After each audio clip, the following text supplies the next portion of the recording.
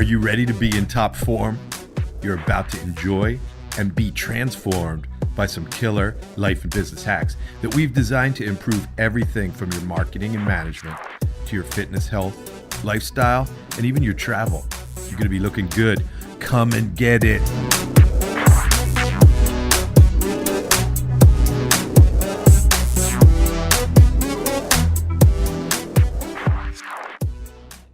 So just okay. So shall we? We're ready. Yeah. So There was just so much.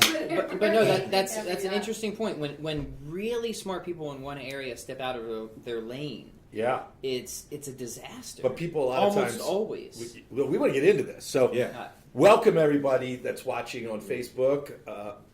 This is In Top Form, and this show we're going to be talking about a very important distinction: strength versus speed.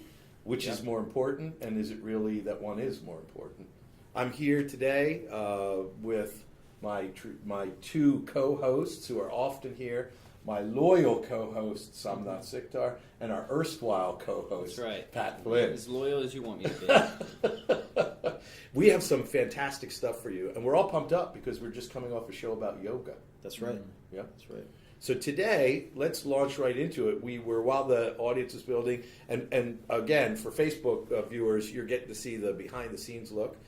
And producer Leslie will be letting us know if you have any questions or anything for us. But then she's also going to be producing an amazing version of this, which will appear on YouTube. Just a reminder at the outset, if you're watching Facebook Live, go ahead by all means and share this. If you know somebody who's in business or is in martial arts and would benefit from a discussion of this distinction. Also, we will enter you. You get multiple entries, 3, I believe, Producer Leslie, if you go and give us a review on 5-star. 5-star review. Yeah. Yes, thank you for reminding me. reminding You me. only get 1 entry for a less than 5-star. Well, actually, we punish that. It's not even. You don't even get entered, right? Yeah. And start to watch us on YouTube too. That's where you're going to see these more highly produced. You can see the more highly produced shows on Facebook as well. But So, guys, speed versus strength. Is there? Where do you want to start, Pat? You're the generalist. Well, yeah, but I'll borrow from Sam. He brought up a great point before we started filming, and that's that there seems to be this odd direction that society is heading in when it comes to questions like these, where people just sort of automatically assume an either-or position, when most of the, not all of the time, but at least a lot of the time, it's really a both and. So I think that's where we probably should start this discussion, because whether it's in physical fitness or martial arts or business, there's a very strong case to make. It's not versus, right? It's really how do these things, in what proportion should they be developed, in what proportion should they be and does that stay the same? Can it change for you? Yeah. So I see them both as enormously important. I think to neglect one, especially in martial arts or fitness, I mean, strength really in fitness is, you have the force velocity spectrum, so you can really define speed as a function of strength at one point of that spectrum. Right. That might be a little too technical to draw the analogy then over into business, but the big point is that it's one of those great both and questions. It's not an either or. I think it's a great example of, the questions you ask will yield the answers you get, obviously. But we have these biases, and sort of once we've decided beforehand, well, this is what we want to get out of this, then we keep asking those questions. And we see this in fitness a lot where, people ask, what should I do? What should I do? And it becomes, oh, well, you need to deadlift, squat, and bench press. And that becomes the answer to everything. Well, no, it isn't the answer to everything. It's just those are your favorite choices. So you've sort of found a way. Oh, I need to get faster. Well, deadlifting can help your speed. Deadlift. I need to lose weight. Oh, deadlifting can help you lose weight. So it's how you ask the questions, and the sort of lack of self-awareness to realize that you're being biased every time you come up with an answer because somebody told you, or for some reason you rationalized to yourself that deadlifting equating to be the strength side over the speed side. And it raises an interesting sort of meta question there, which is if I can remember what the Yeah. I think we have a caller. Yeah. Yeah. Want to answer that song? No. will the answering machine go on? It will go on, but it's not here. So, we Oh, won't so hear it's the like call. voicemail. Yeah. we're okay. Yeah. Like at my house, the danger is if we were to leave it on during the show, that somebody would be like, "Is Sam Sikdar there? He's supposed to be home." That's not an impression of anyone we know, by the way. I'm just making that up. I don't want to get in any trouble. But here's the thing: It's is too late. it really is there's an issue of speed there, which is that one of the things that helps us in anything we do, whether it's in business, is speed of recognition that we need to make a change or Right. change the focus. And there, what happens is when we get caught in our favorite way of doing things, when we have kind of 2 or 3 go-tos, it's good because it gives us initial speed because we're not figuring everything out step by step. But it's bad because it slows us down in the long run because we have to wait. There's changes go on and changes go on, and eventually that thing we were doing doesn't work anymore. And now we haven't been adapting at all. So our speed of adaptation and change. Yeah, and we, to use the martial arts example, is you see it a lot, is somebody will have some difficulty in a martial arts match of some sort, striking or grappling. And somebody will suggest, well, if you start adding a strength training program, it will enhance your grappling, let's say. So they're struggling on the mats, they start doing, deadlifts and, presses, whatever, and then they get a level of success. And then they start struggling again on the mats, and then they go do more deadlifts and but presses. maybe something completely different. But they've reached a sufficient level of strength, and it's no longer going to help. Now they need to just spend more time on the mats. And what we're saying is you need to start recognizing that difference. Like you said, it's different in different scenarios. So at a time, strength was what you needed. But now, speed is what you need. So let's make a business analogy here. Strength is the ability to be able to figure things out.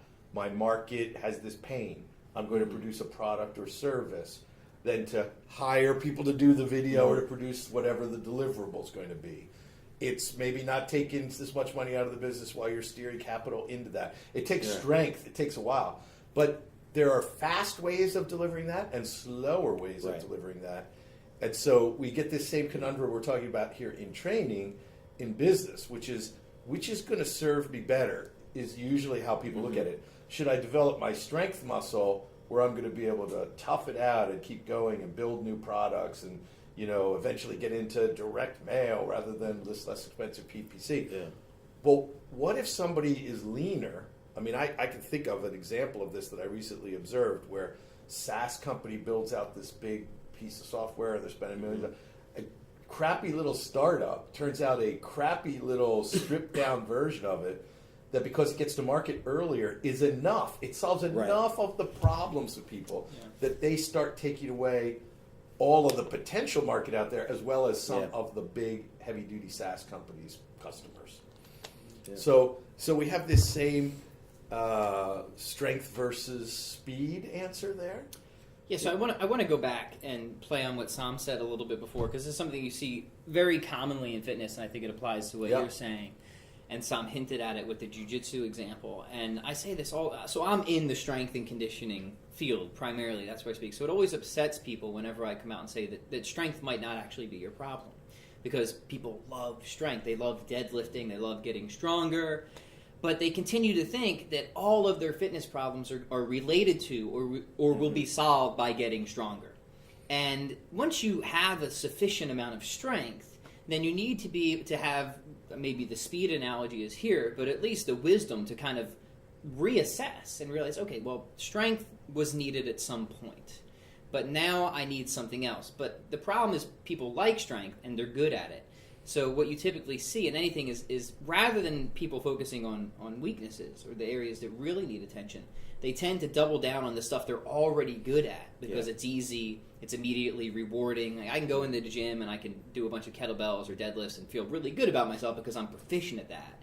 If I start trying to learn new exercises, learn new scales on the guitar, or build out new parts of my business, it's typically a very frustrating process because I'm not good at it. And it seems slow. And at it the seems time. slow. Seems slow. So it's easy to fall into the trap of constantly playing your strengths rather than doing what you need, which should be developing your weak point weaknesses. training. Yeah. Mhm. And so there's sort of like a formulation that we use a lot because we all have clients on the business end of things too. And what I hear a lot is, Sam, I just need more leads. I just need more leads. Or I just need more blank, where they're hyper-focused on what they perceive to be the problem right now instead of looking at the bigger picture when they need to. So I ask them back is like, well, if that problem was removed, how would everything look? And then you find out that, well, after you get more leads, you don't have a sales process. After your sales process, you don't have a fulfillment process, so on and so forth. So it's that, well, if I just get stronger, that's enough. Well, what if you were stronger? How would things look? Then you start to reveal more problems. And I think that's, inherent to the strength versus speed argument. So if strength is your sales process and speed is marketing or vice versa, what do you need? Well, you need both, right? Marketing without a good sales process is not going to help you in the long run, and vice versa. That's a great little thought experiment. Whatever you think your problem is, draw it out to like its most fantastical ends, right? So if I think my problem is I'm not good enough at deadlifting, well, what if I have a 1,000-pound deadlift? Will that solve my problems? Right. Well, it depends. Am I really overweight? Can I not run a mile? Can I not touch my toes? The answer is obviously not. It might even make my problems worse. So I like that. It's a good... Yeah, so there's a couple of strategies here, I think. One of the things I hear in what both of you guys are saying is that a greater sense of self-awareness and zooming back, which is kind of another way of achieving this, what that thought process helps you do. Zooming back out to look at the bigger picture and to look at it in both ways. Where did I come from? Where am I going? What else might be going on out there? Let's help people to develop a couple of strategies for that then, to think about this speed versus strength. So what both of you guys are saying is that we have to be aware. This thing where we just play to our strength, that's usually going on outside of conscious awareness. So are there tricks that the two of you tricks that the two of you use to be more aware? I mean, you've recently undertaken a process of working very purely on strength, right? Because you've always had speed and agility. How will you know when you've gone far enough with that, or when you've reached a point where you've triggered other things that need to be addressed? Yeah, so the strength training that I'm doing right now is very visible, but I think what sort of gets lost in that is that deadlift training that I'm doing is 1 hour a week or less out of... It's just there's so much weight and the camera has to keep going back to get the bigger to get the amount shot. of weight in. And I think that's where people get misled. So I'm spending less than an hour a week on deadlifting, getting pretty good results in terms of strength gains, yet probably training an hour and a half to 2 hours every day. So as a percentage of everything I'm working on, it's a fraction. But what people see is, Sam's deadlifting a lot. I guess deadlifting is the key to all martial arts. You know what I mean? So I think we get distracted as, this is it. Whereas, and as instructors, maybe that's our failing as well, to demonstrate that. So for me, is kind of knowing, okay, deadlifting for me, more than the strength increased gain part of it, is the mental, psychological satisfaction that I get from saying every week, well, there's 5 more pounds, 10 more pounds. That's really the benefit of the benefit for me, is the mental satisfaction. But did you approach it with a bigger picture goal in mind? Did you come to the deadlift training with the idea that that was going to enhance or do something for you? So, in other words, did you say, I'm going to add this strength training into everything else I'm doing with this goal in mind? Yes. So I do know that when my deadlift practice is consistent, and that the sort of like full body strength gains that I get, I do perform better on the mats. And it turns out that my hamstrings are more resilient, so when I'm doing a lot of kicking, I'm less prone to hamstring pulls. That's been my experience over the last 10 years. So I know that the deadlifting and the strength training is something that I have to maintain, as part of my regular practice. Yes, absolutely. Is it possible, and either of you guys would have insight into this, I think, in the realm of physical rather than in business, for somebody to, take a focus on strength training or some narrower aspect of their training? Pat, this is probably the best one for you because you have a view that general is better than ultra specific. Mm-hmm. Is it possible for someone to take that training to a point where it's counterproductive to the bigger goal that they have? It depends what the bigger goal is. So when I make a case for generalism, I'm not saying that the world doesn't need specialists or that you shouldn't be a specialist. The truth is, if you want to be the world's best powerlifter, then you need to specialize. And my approach isn't for you. Who I'm speaking to are people who are okay with being better than being the best, being good to great, really a master of many different things, and at least fairly competent in everything else, to achieve outcomes that don't involve being the best in the world at one very small specific thing. So in fitness, I make the case for what's called general physical preparedness, and it's a both and for everything. And the problem with specialization is it is an either or. If you want to be the world's best powerlifter, there's a lot you're not going to get because of that. There's so much opportunity cost that comes along with that. But if you're willing to give up that asymptotic curve, as Sam would say, that it would take to become the best in the world, what you can then achieve with that marginal effort is quite significant. That then it's not having to choose one thing over another. You can be strong and lean, and fast and flexible. And to use the real example is like if I was spending more than an hour a week, This is where I'm going. Yep. deadlifting, then it's taking time away from something else. It's taking time away from grappling on the mats or kicking the heavy bag or boxing on the mitts. Or it might not be taking time away, but I'm so tired and fatigued, the efficiency of that practice has been lost. That's right. So I think both of you are saying that for someone who's dedicated to being a generalist and being better at lots of things, so that the synergy can make them way better. And the question is for what? So the generalist is, I would argue, you're going to have a lot more longevity. You're going to have a lot more fun, right? It's much better suited for overall health. So if you're getting into fitness because you want to be healthy, specialization is a snare, right? Just think of any really high-level specialist, powerlifters who constantly need back surgery, marathon runners who needs their knees replaced. Specialization is what pushes fitness. It makes it almost at odds with health. Generalization brings it back. So if the primary goal is fitness for life and health, and still to be able to do a bunch of really cool things and be really great at them, the idea is you're still going to be better than most people at most things, just not the best in the world at any one.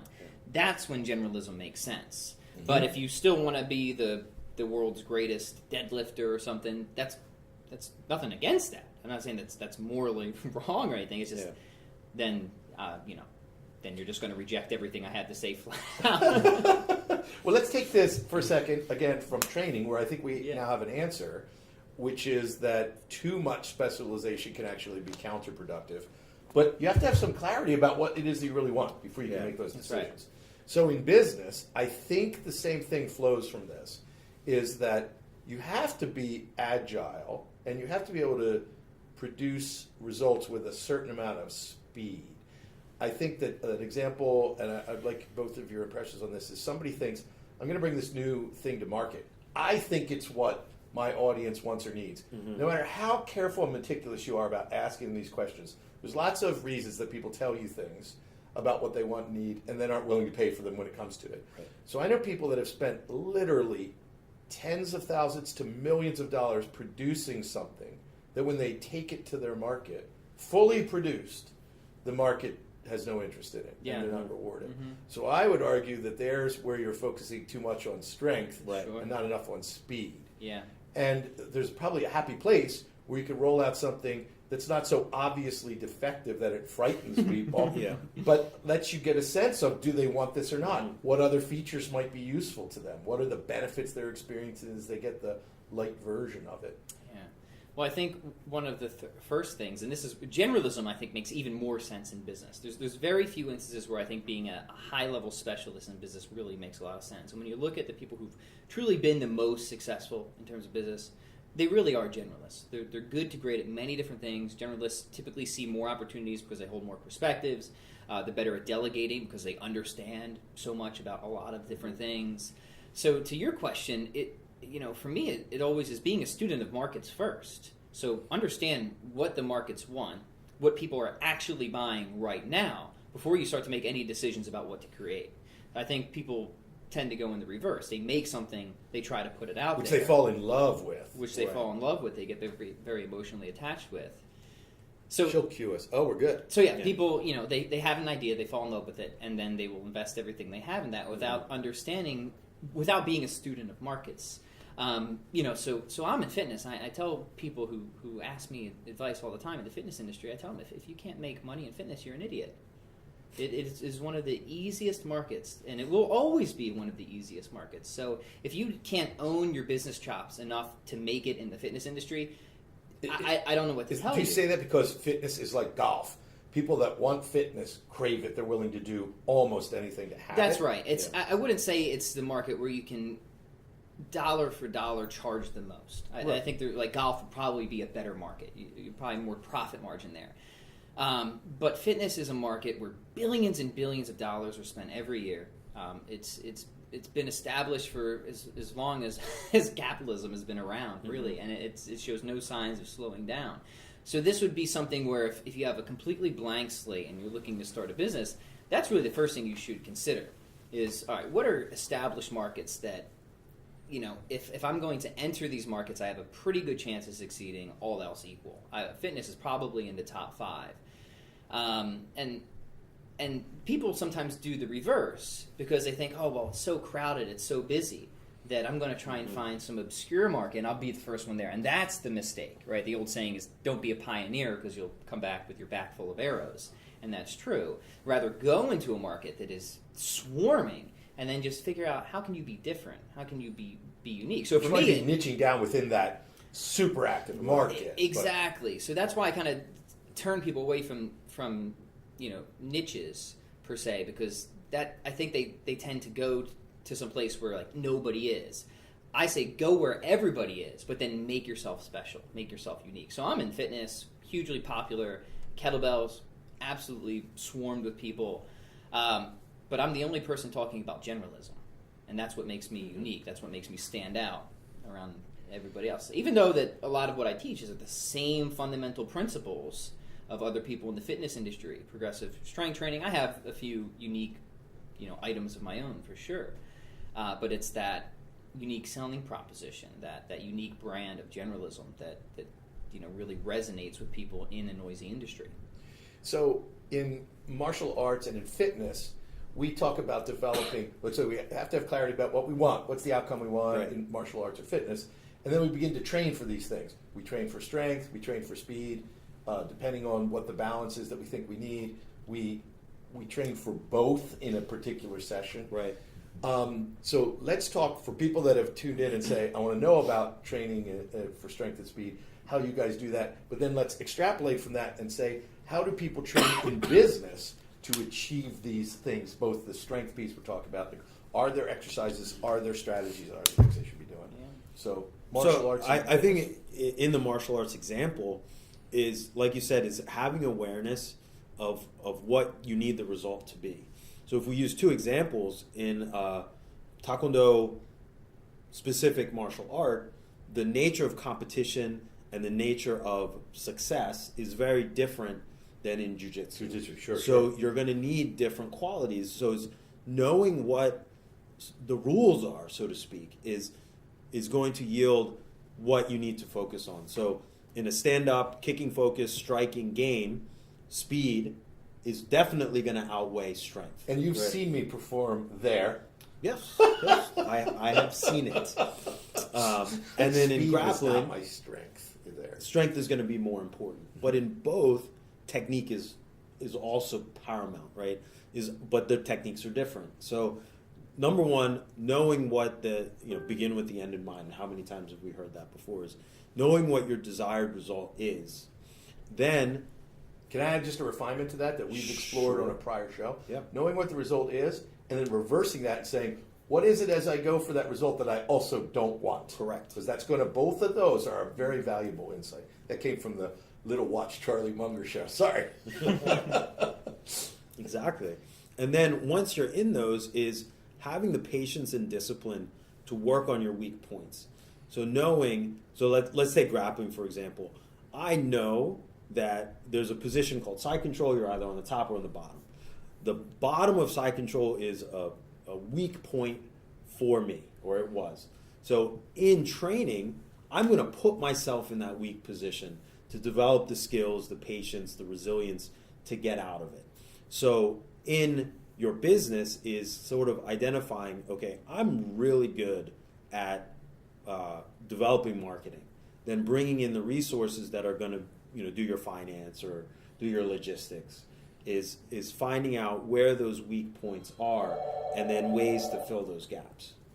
Can I just extrapolate from that a little bit? I've worked with businesses where they're great on the creative side and great at producing it, and they're pretty intuitive and pretty strong at figuring out, well, what is it that the customer wants? But then they're terrible at the fulfillment piece. Right. And actually, they're so horrified by the fulfillment that I think marketing doesn't work, because if it worked, you would have more fulfillment to do the thing you were bad at. Yeah.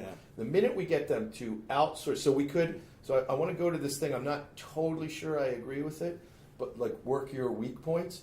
We could spend a lot of time working with those businesses to try to get that weak point fixed, or we could get them to, and this may not be inconsistent, it may just be another solution. So I see what you're saying there. So it's that idea of like working your weak points on the mats versus, am I bang my head against the wall on a weak point in business, right? So in jiu-jitsu, I'm not trying to win from the bottom of side control.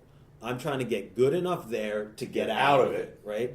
So if you recognize your weak points in business, you need to educate yourself just enough to bring in the resources, whether there's talent or software tools, to cover you there. So that is working your weak point, is discovering and understanding. So you can get out of it, right? Yeah. So if my weak point is accounting, I'm not going to spend, and bookkeeping, I'm not going to spend a lot of time there.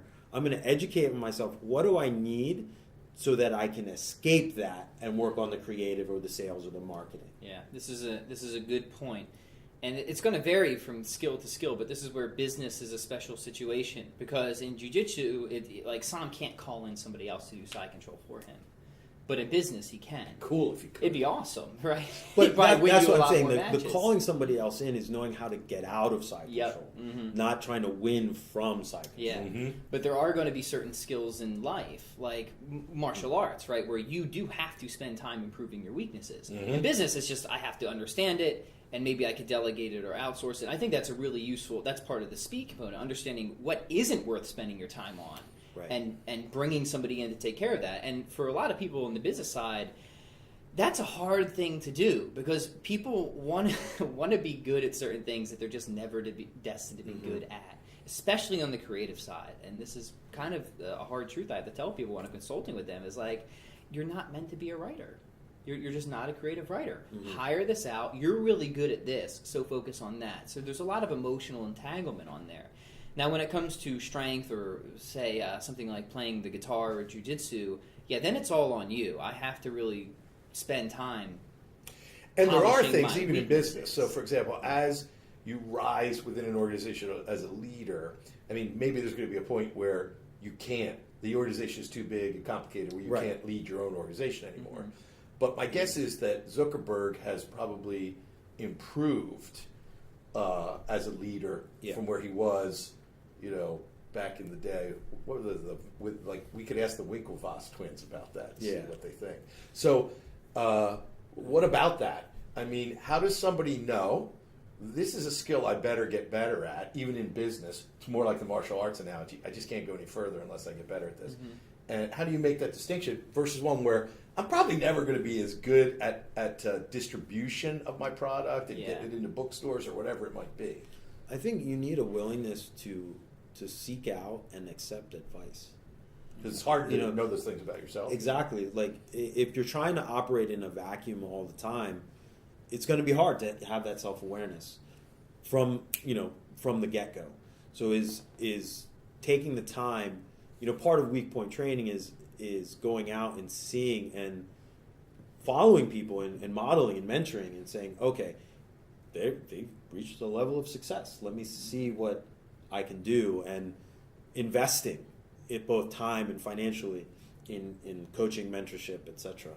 Yeah, and then after that, I think you need to ask the question, one, is it worth my time to do it? And two, is it within my ability? Yeah, this goes to that speed and strength again. Yeah. And so there's two things there. I was talking to Leslie before. I was asking her a few questions about production, and she, told me how to do like some cool camera stuff. And immediately I thought, well, can I just hire you for that? Because it's just not worth my time. And she's way more skilled at it than I think it's within my ability. She's skilled, by the way, at telling you things that sound cool that are hard. I do think it's within my ability to learn that skill. I do believe that, but it's not worth my time to do so. Mm-hmm.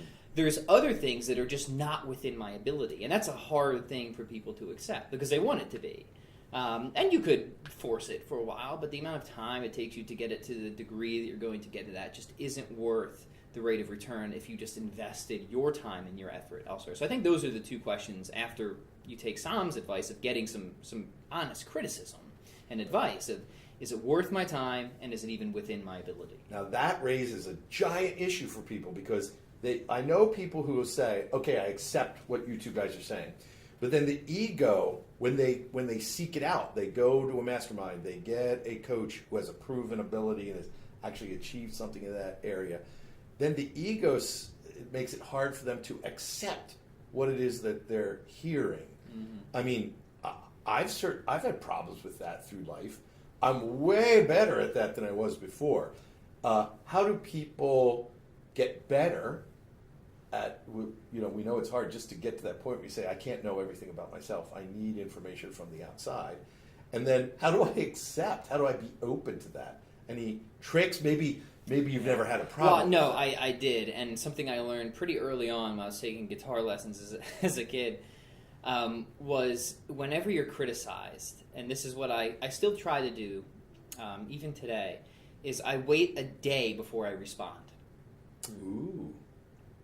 By the way, I think we just heard a tactic that's really powerful. And that has been a huge game changer for me. If I respond right away, I'm typically defensive, reactive, very unproductive. If I wait a day, my perspective and view completely changes, and I tend to be much more receptive.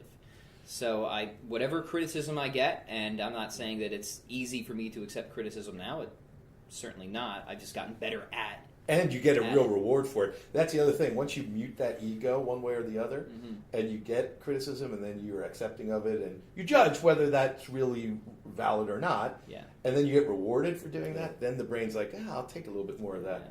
But you said something. You said my perspective and my view changes, and that's the little trick that I bring to this. Mm-hmm. When I'm receiving criticism, I literally zoom out and look at it from the third person's perspective. Mm-hmm. So I look at how are you reacting to this, Dave, which usually I see what you're describing. Like I'm backing up a little bit, I'm frowning, and I can release that. Mm-hmm. And then the other thing is I can see the person for what they're really trying to do.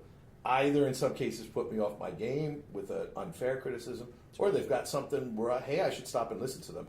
So I'm using a trick of going to the third person and looking at this, which is exactly what you're doing. You're doing it with time. Right. I like both of those, and I tend to experiment with both of those because I think that the way I do it lets me see and hear and feel it a little bit faster than you to get all the benefit of it. Mm-hmm.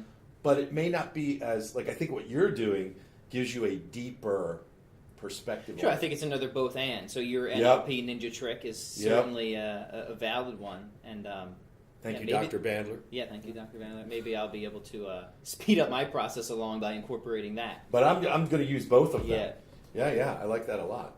So there's two really powerful things. Sam, you've never struck me as somebody that's let the ego interfere. So how do you, we all have it, so how do you control it? Yeah, I think I'm naturally a very compartmentalized sort of person, psyche. And I don't know, I just maybe have been involved in coaching a long time in various ways that I'm probably doing the same things. They're probably just happening, more faster and behind the scenes. where I can take a step back and get criticism and take myself out of it and say, well, if it wasn't me, would this improve the situation? It's another Another awesome tactic. ninja. Another tactic. Yeah. So it is a different piece, but what I'm calling that is compartmentalization and taking it out of it. All of these have the thing in common, Yeah. where we're disassociating from the Mhm. moment or from the particular person, Yeah. or in my case, from both, where I'm getting a view of it. So that's the common theme to all of those. That seems to be the key to getting the ego out of the way. Mm-hmm. Well, hopefully, this will get you thinking about this apparent conflict. It's not a Yep. apparent conflict at all, That's right. because your meta strategy, to allude to where we're going in the next show, your meta strategy is it's really and both or That's right. and all, Mhm. not either or. Yes. So hopefully, this way of thinking about strength versus speed will help you if you're a martial artist or working on fitness, and will certainly, I think, help you if you're in business to be thinking about this in a different way. So thank you for joining us. We would ask that you share this episode if you've run across it, and go to iTunes and give us a 5-star review. And we have a way of rewarding that. We do. Producer Leslie, I'm sure people are missing you in your little box. I know, probably. We should reset that up. We have to figure out either that, or we have to just get you in the shot more I often. just keep creeping in. There you go. Yeah, that's to good. the side. Occasionally, I'll stick a thumbs up if someone says something that I like. Do we have any questions before we go? No questions. All right, we are great. Thank you, everybody. Thank Remember you. to be in top form.